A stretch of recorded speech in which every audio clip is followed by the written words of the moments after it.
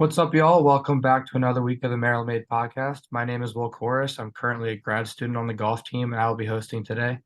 The Maryland Made podcast provides timely, relevant, and practical information to empower student athletes to explore their potentials and pursue their passions. We are excited to have Victoria Garrick Browne join us this week. Victoria is a TED Talk speaker, former D1 volleyball player at USC, host of the Real Pod podcast, and a content creator.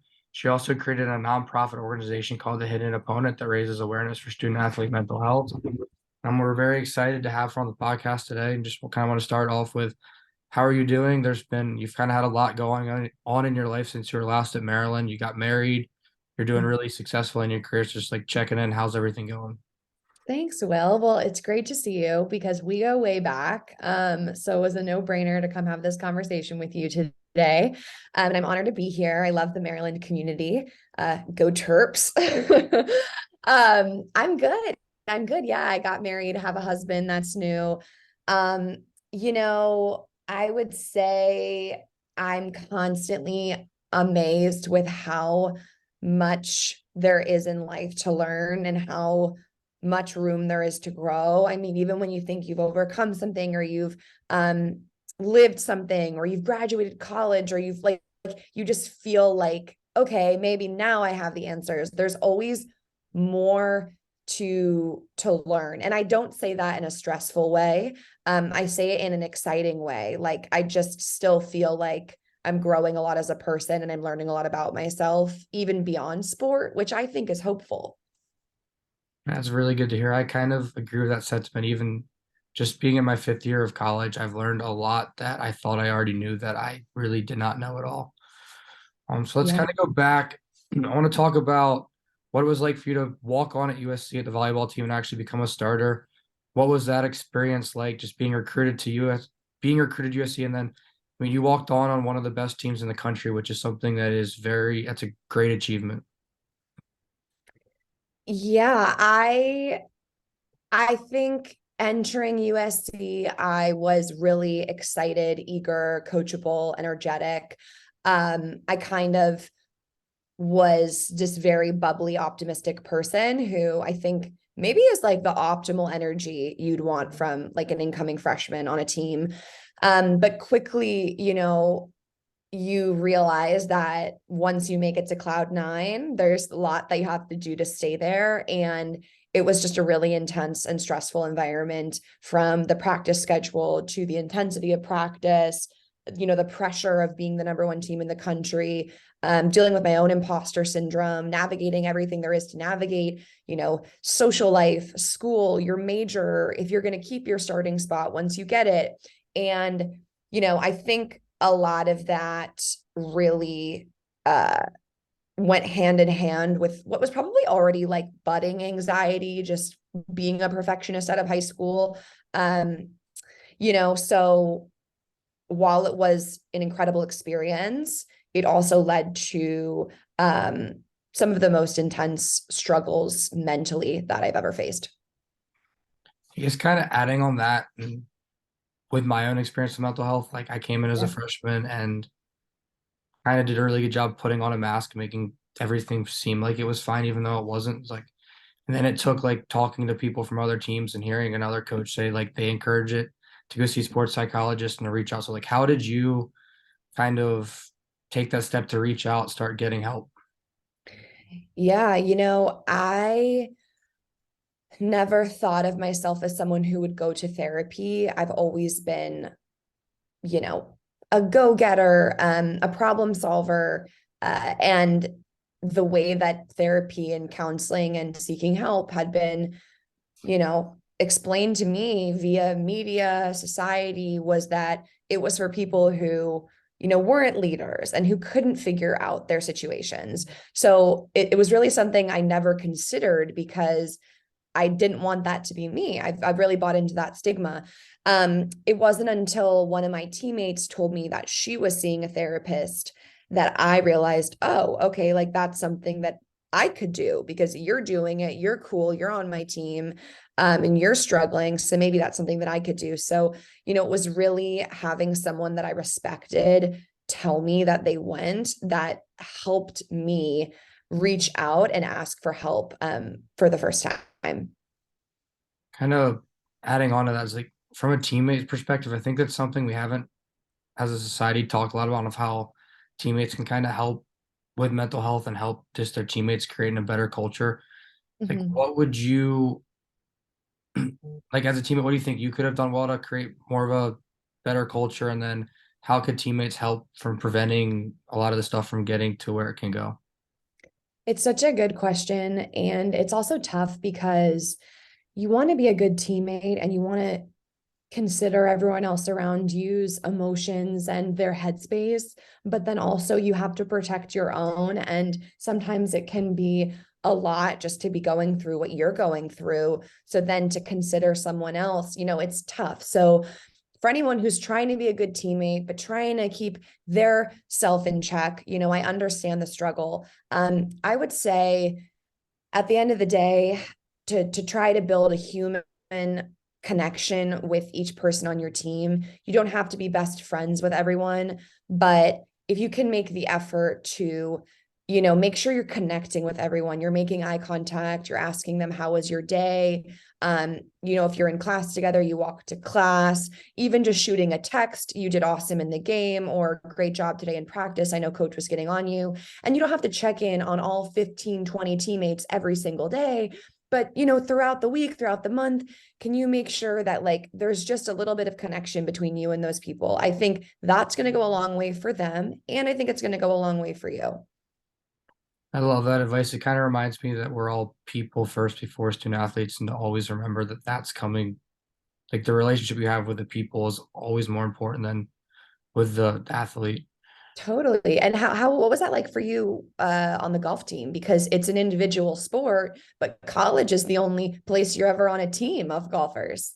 It's been a really interesting adjustment, especially since I played a bunch of team sports growing up. And it's been a struggle I've had of like I've missed that kind of team camaraderie because in golf, even though we all are on the same team, we're constantly competing against each other. Practice, it's like you're going out, you're playing like a mini golf tournament to decide who's actually going to be traveling. And half the team doesn't travel to golf tournaments, so that becomes really competitive. And a lot of golfers don't have that team kind of background coming from high school. So it's been a challenge, but then there's also been like beautiful moments where like the team culture kind of comes together. There's been team events where we are really good. So it's been kind of just cool to still have that team aspect in golf, even though it's been a challenge because there's so much constant competition going along with each other. I think that's been like it's you want to play, you want your teammates to do play, but like if you're being honest with yourself, you kind of want to do a little bit better than your teammates because just Yeah. we all have that ego. And I think that's just a constant struggle you have. That's so fascinating to think about. I think especially the component of not everyone's coming from a team background. Like my brother golfed, but he didn't play different sports in high school, like you said that you did. So, it's like you are coming from this, oh, I know what it was like to be on the basketball team or the football team or, whatever baseball team. But there are guys and athletes in general who just like tennis players who don't even have they don't know what it's like to be in a team group chat or have a team culture, let alone you guys are trying to facilitate team. But then you're right, half of the people who are on the team don't even get to come to the competition. So it's tough. Yeah, we've got a new coach this year, and he's had a bunch of team drills we do during practice to like help facilitate kind of that teamwork and like working together. And it's been cool to kind of see because I've spoken about a lot of my team, like how cool it is to like actually be on a team where it's like it's different in golf. And they finally wanted to see like what I was talking about of like just a Right. bunch of people coming together to try to achieve a goal. Right. Yes, I want to move on to your senior year. I actually rewatched your talk at Maryland to prepare for this, and there was one thing you talked about, kind of where you first learned about the growth versus fixed mindset, and then how you dealt with a position battle you had in your senior year, which is, I mean, you're going your senior year, you've had a really good career, you're probably not expecting to have to earn your job all over again, and you dealt with that in a very positive and healthy way. And just like, what was that experience like? How were you able to mature over time to be able to handle that way? And what did you learn from it? Well, it ended up being positive. I would say I definitely got caught in the anxious thinking and the spiral for sure during double days. I just remember I remember I remember great ways I coped with it, and then I remember not so great ways I coped with it. For the not so great ways, I mean, I remember literally being so panicked that I went home and I was like literally Googling the rosters around the country because I was thinking, okay, there's like, if I get beat out, like I'm going to redshirt because I don't want my senior season to not be playing. Like, where would I go? Like in double days, I lost so much focus and was spiraling so hard. I was looking up the rosters of other teams. I don't want to play anywhere else. Like I played at USC for 3 years. So that was maybe on the bad days. I'd say on the good days, I was able to walk into the locker room and journal what's in my control, what's not in my control, what's not in my control, how my competition plays, where I am in practice, what my teammates say to me, what my coaches say about me, who's serving at me, what is in my control, my attitude when I walk into the gym, how I handle each situation brought my way, how I treat my competition, so I had to really gear up and do a lot of work to stay mentally positive during that time, for sure. Is the key kind of in that? Because I'm kind of thinking about my own like career, and I've was a freshman who never played, and then I'm upperclassman. I played in every single golf tournament for the last 2.5 years. And if I'm being Right. honest with myself, like every single day I go to practice, like there's still that like, oh, I gotta play so good. I can't have a bad day. Like I don't want to lose my job. And like is the key to like making sure that stuff stays in check is like actually doing the work of what you kind of just said. Cause it's like it's stuff that's easy to say, but it's sometimes really hard to actually do in the heat of the moment. Totally. And I relate to that, Will, because I mean, you, the environment of college sports doesn't lend itself to comfort. It doesn't lend itself to being content. If you feel content and you feel comfortable, you're doing something wrong if you're playing Division 1 athletics, right? So I think there's always that side of it, the edge in our mind that's like, whoa, whoa, whoa, we can never get comfortable. We can never get content. But then that kind of drives you mad because then you're not able to really soak in the moments where you are doing the thing that you've worked so hard to do, which is play. I think your question, sorry, it was like, how do you deal with that? Yeah. Um, you know, I feel like it all comes down to confidence and do you believe in yourself? And I think confidence can come from a few places. It can come from lived experience, so being able to say I've played this team or I've shot low on this course before, like there's confidence. But it's also the things you tell yourself, because if you're showing up thinking, oh, they really want this freshman to work out and they're waiting for me to choke so that they can sub this guy in, like everything you say carries so much weight. And so I think entering a position battle, anything like that, at the end of the day, you have to know that no matter what happens, like you're going to be okay. If you get benched, you're going to be okay. Your life will move on. You will find a way to get through it. You will be okay. Because if you can enter a position battle knowing that no matter what happens, it'll be okay. Maybe it's not the best thing ever. It's not amazing, but you will survive. Then there's just a little less weight on your back when you tee up on the first hole, right? Because you're like, my life is not at stake in this moment. And I think it's really having that belief and that knowing that on the other side of it, you're going to get through it, I think can relieve a lot of the anxiety in the battle. I think that is incredible advice. And it's kind of reminding me of in a golf tournament I played in earlier this year. I got to the golf course and I hated the golf course. There was trouble on a lot of the tee shots. And I like to see the trouble and think about how I'm not going to do that. And I would tell myself in a couple hard tee shots, like, no matter what happens, I still love myself. And it freed me up to actually just like go up, hit the shot, and I actually played good in the tournament. And just being mindful of the words you're telling to yourself and how much power that actually kind of has over your actions and your confidence, and just being mindful and aware of that. I love that so much. That's a great example. It's just it's a constant battle of how like I've struggled. I'm kind of interested in your take of this is I kind of know what I need to do to like mentally be good at my sport, but it requires a lot of time, a lot of energy, and a lot of focus. And it's really easy just like to like kind of not choose to take care of that stuff. But I know Right. it's really important to be successful at my sport. It's like, what advice would you have to like be able to actively continue to do what you need to do when it comes to the mental side?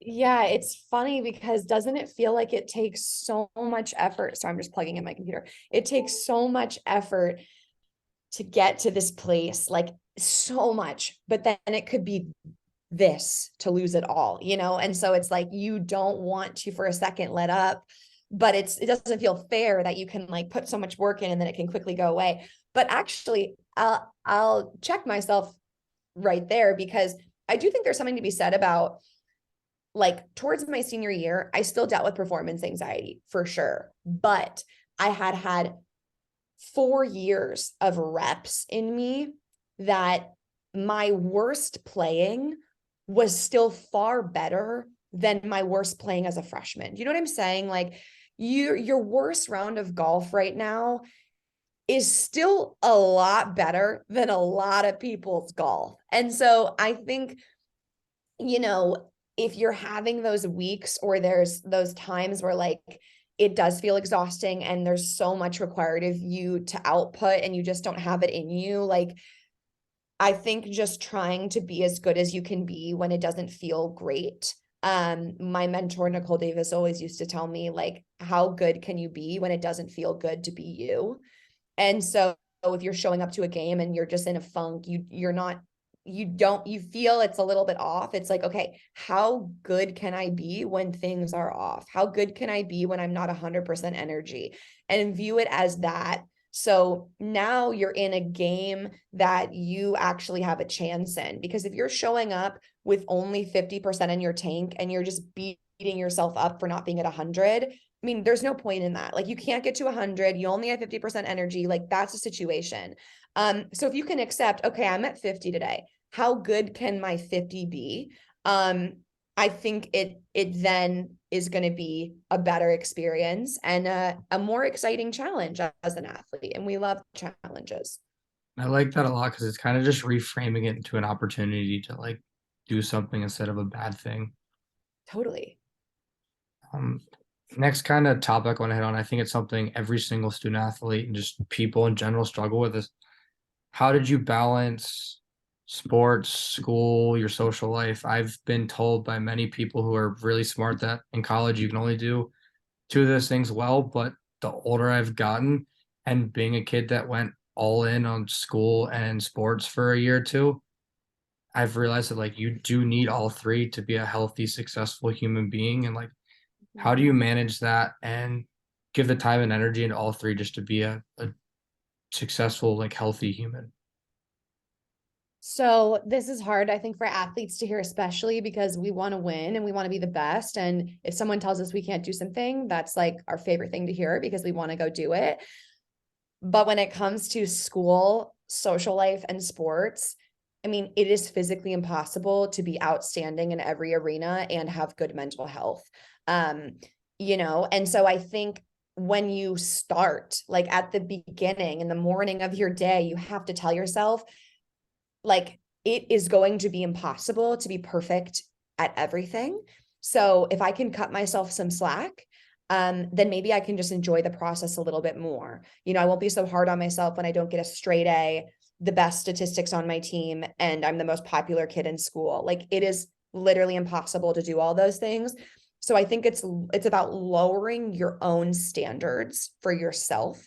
Um, Not because you're not great and you don't think you have high potential, but because you're being realistic and you have to just know that sometimes you're not going to get the best test grade, but you're going to have an awesome game. And then maybe next week, it's not going to be your best practice, but you're going to ace the quiz. And then you're going to go to your friend's birthday party, but forget to send that email. Like that's life. And I think the less we beat ourselves up about it and we realize that we're human and to be human means to be imperfect, it's a little bit easier to try to balance it all.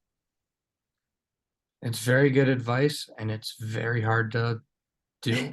When you started bringing up the school example, I'm thinking of like I somehow managed to get a 4.0 in 4 years of college.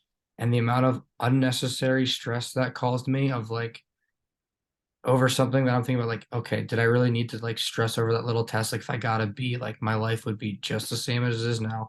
And it is like, you don't have to be perfect 24/7. I think we live in a world where like you want to portray that, and it's just never going to happen, and it's never going to be possible. It's like one of the things following you I like the most is just like on social media, you're like the most vulnerable person. You just put it all out there, which is Oh, just, thanks. it's not our culture, but it's a better culture when it is that way. Thanks. I appreciate that. And, like getting a 4.0 is freaking incredible. It's insane, but it is healthy to ask yourself, like, at what cost? And then, like, when the next thing comes up in your life, you can assess, like, what you've learned from each experience.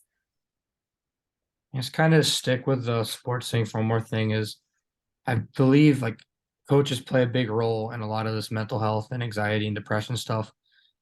What advice would you have for coaches to create a culture within their team where mental health is actually like a strength of their team instead of being viewed as a weakness?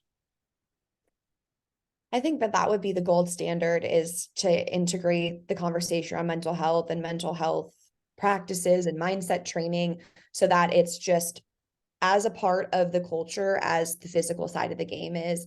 I think probably the biggest, best, most important way to do that is probably like language, is helping your athletes become more aware of their thoughts, like about general anxieties. If a coach could walk the team through it, hey, everyone, today, like, um, I want each person to choose one thing that's in their control that they're going to focus on. Or even reminding players, like, hey, like, if you have a question, you have a thought about your performance, the team, come talk to me. Let's talk, because I don't want you guys to create these scenarios in your head because we don't have an open relationship. And then, two people are feeling one type of way, and a conversation could have fixed it. So, I think open communication, I think talking about these things more often, and also like leading your players through it. When I was 18 years old, I had no idea how to do any of this. What's in my control? I had no idea. I wouldn't even be able to give you the right answer. So I think also educating and teaching these young athletes about this side of the game.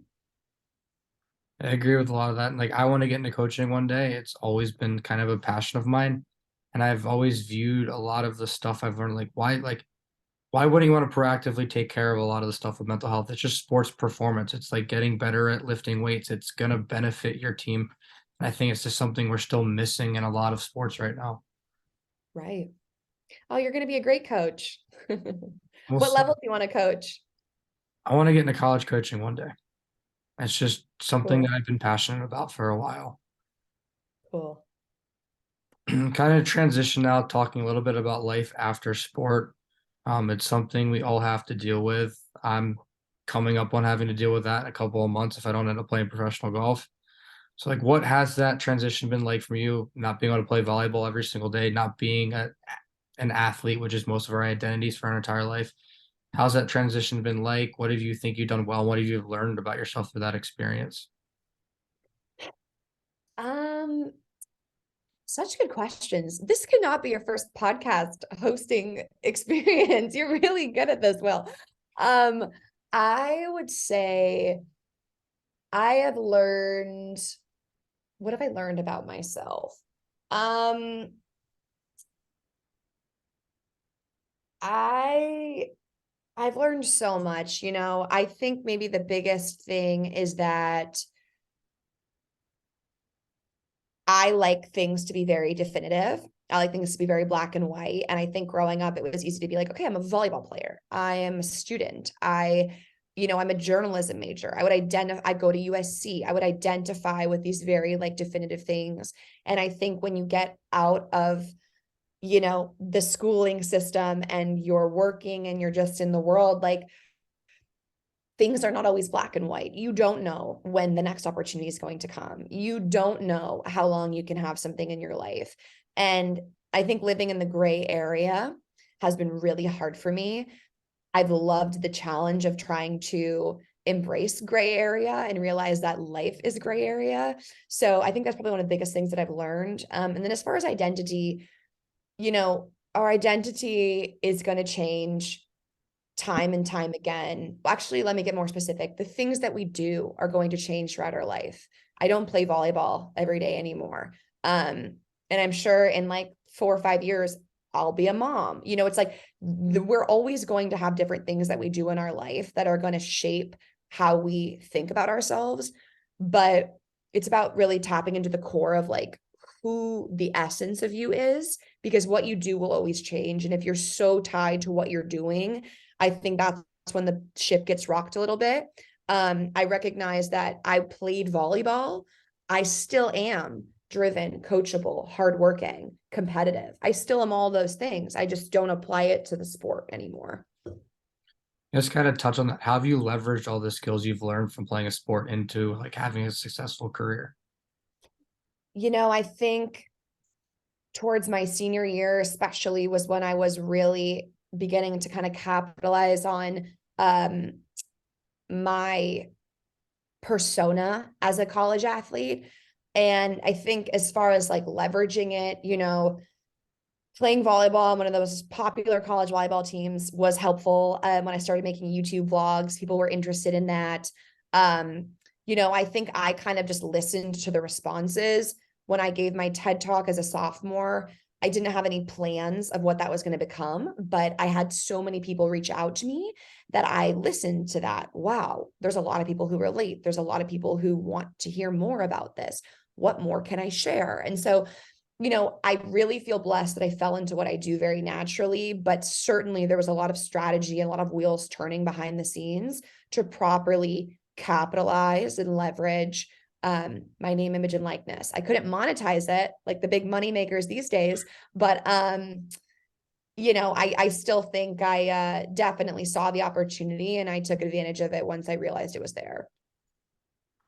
One more kind of question on this is, are you still able to keep volleyball in your life in some way, or just keep sports in your life? Because like sports are such a big part of athletes' life, and you don't want it just to end once you get done in college. I haven't been able to in the way that I want. I'm literally in the process of rallying local like former UCLA USC girls in the area in LA to kind of create like a makeshift open gym because I really miss playing. And it's just not that easy, I think, for indoor volleyball players to keep playing because you need 6 people on a side. You need an indoor space. You need a net. You need a court. You need balls. If I played beach volleyball, that would certainly be really easy. If I played tennis, that's easy. You only need like one other person to play tennis. You can rent I just feel, and maybe I'm making excuses, but it's hard to get 12 people to play competitive volleyball. And I've been thinking maybe I should get more into beach volleyball. It is a different sport. For me, I have way more fun playing indoor, but maybe I should just get into beach volleyball a little bit more. But that's definitely one of my goals is to get sport back into my life because I miss it. That's something, it's weird to say this, but since I'm still playing a Division I sport, I miss every sport I played my entire life that's not golf so much. And when I get the opportunity to even like throw a football around, I'm the happiest person in the world. I think we should all strive to like keep that stuff in our life because it does bring a lot of happiness and joy. Yeah. And you know what, Will, isn't it funny that you could go throw a football with your friend and like probably like if they say, Will, like throw it into this trash can, like you can probably do it and you don't really think too hard about it. But then when you go play the sport that you've put every single hour into since you were a baby and they say land the ball in the green, it's like, oh fuck. And you have all these thoughts coming. Like I remember one time in college when we went bowling and I just grabbed the bowling ball and I was like, let's go. And there's no bumpers. And I was like getting strikes and I was just owning it. And I wasn't thinking about it.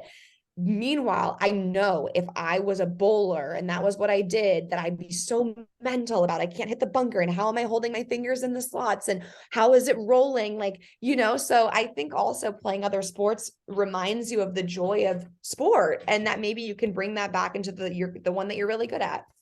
I have that conversation with myself a couple days a week. That's golf. It can just be very, very hard when I'm like throwing a football is easy as can be. Like playing quarterback's not hard. You just react, do it, no thought, easy.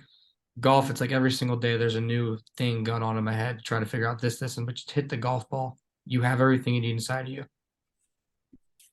Right.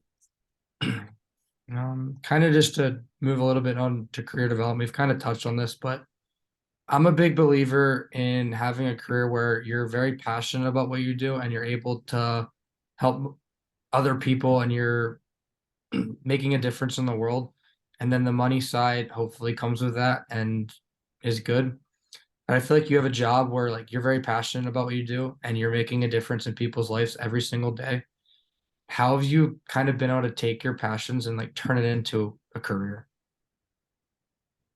Yeah.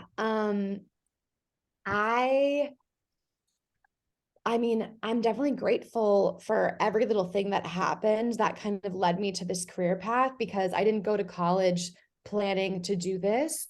So I think if I could assess my career path and then give advice to people who are wanting to find something they're passionate about, like I think really listening to your heart and your interests and like what really lights your soul on fire. And like for me, I realized um I had this ability to be super freaking blunt and straightforward about the things that were taboo that people didn't want to talk about.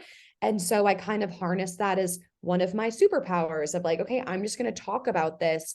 And it might make people uncomfortable. And that might make them think a certain way about me. But like, I really just feel so passionately about bringing these to the surface. So I leaned into that. And then along with that came like, what are the different ways I can harness my passion for destigmatizing these issues? Well, I can make a video and I love making videos and I love being in front of the camera and I'm really creative. And I'm a really good writer. I know how to write a great caption on Instagram. So, it's like I just kept leaning into the things that I was good at and the things that I really liked. And so I think for anyone who's wondering what they want to do, I think just get high level. Like maybe you don't know the exact thing. Do you like being around people? Yes or no? There's your first big question. Do you like being around people? If the answer is yes, awesome. Let's look only at careers where you're going to be talking to people, involved with people, interacting with other people. Maybe your answer was no. Cool. Then we're looking at jobs where you can maybe work from home. You can be an independent contractor. You're not going to need others. Like I think you can ask yourself, do I want to be outside? Do I want to be inside? Do I want to work commission and be motivated by each paycheck, or do I want to have a stable salary? Like, so I think just some high level guiding questions, sit down with yourself, journal, and then get started. And you never know how it's going to develop. I started heavily as a public speaker. I was not on TikTok. I didn't have a big social media following. And then slowly that part of my career and my business grew. And I realized, wait, I kind of like this more than I do traveling around the country and speaking. And I can still do the same thing. So, over time, what you do is going to change, but you kind of have to get started and start following those first inklings you get. I think that's very good advice, and I just think it's cool that you've been able to kind of just take what you're passionate and interested about and like turn it into a successful career in a very way that like you're an influencer, and that's not something you probably thought you were going to be doing when you were in college. Right. Right. Kind of we're gonna do. I got some questions from students they sent in. Do that, and then we can close. So first one is from one of my teammates, Thomas Eubanks. He's a big fan of Max. Loves his TikTok. Love that. Um, Well, I'm happy to answer Max questions. so what is the best part about marriage? Oh, that's cute. Um, I think the best part about marriage is knowing that you have like a permanent buddy with you no matter what. And I just feel that in my bones now that I'm married. Like, even if I'm driving and I'm out somewhere else and I'm doing something, I just know like I'm tethered to this other person. And it's kind of like marriage is like the draft, and you get one pick. And it's like, who are you picking for your team for life? And I feel really good about my pick. I think you did a good job. From everything I've seen, Max seems like the man. Oh, thanks. We got one. What are the best mindful eating habits to create a better relationship with food? That's a great question. I would say eat sitting down, eat without distractions, and eat slowly. I think those are three good starting tips. The next time you're hungry, you grab your food, sit down, put your phone away, computer, TV off, and just slowly enjoy the food that you're eating. How does it taste? How does it feel when you eat it? Are you full? Are you still hungry? I think those three things are a really good starting step. How has Kobe Bryant impacted your life and what have you learned from Kobe? Kobe has tremendously impacted my life. I would say what I've learned from him is that you can still be a fierce competitor and icon, even if you are dealing with something like mental health. I think when we think of Kobe, we think of Mamba mentality. And I'll never forget how he explained to me that Mamba mentality is about identifying weaknesses to become your best self. And if you're able to identify depression, anxiety, and eating disorder, something like that, and then you put the time into work on it, like that is Mamba mentality, because you're trying to improve all aspects of yourself. So I would say that's definitely one of the most powerful takeaways. Last question. What advice would you give to your freshman self before you entered college based on everything you've learned now? This is so tough because I wouldn't want to change anything because everything led me here. But if I could give my freshman self a piece of advice, um, I wish I could say have a bit more fun. I think similar to our earlier conversation, Will, about feeling like everything has to be perfect. Like I wish there were some times I just had a bit more fun. And I know that I tried the hardest that I could in the moment. And I had people tell me, have more fun. And now I am that person saying to other athletes, have fun. It's just a constant cycle. So I wish I could have just enjoyed a few more games.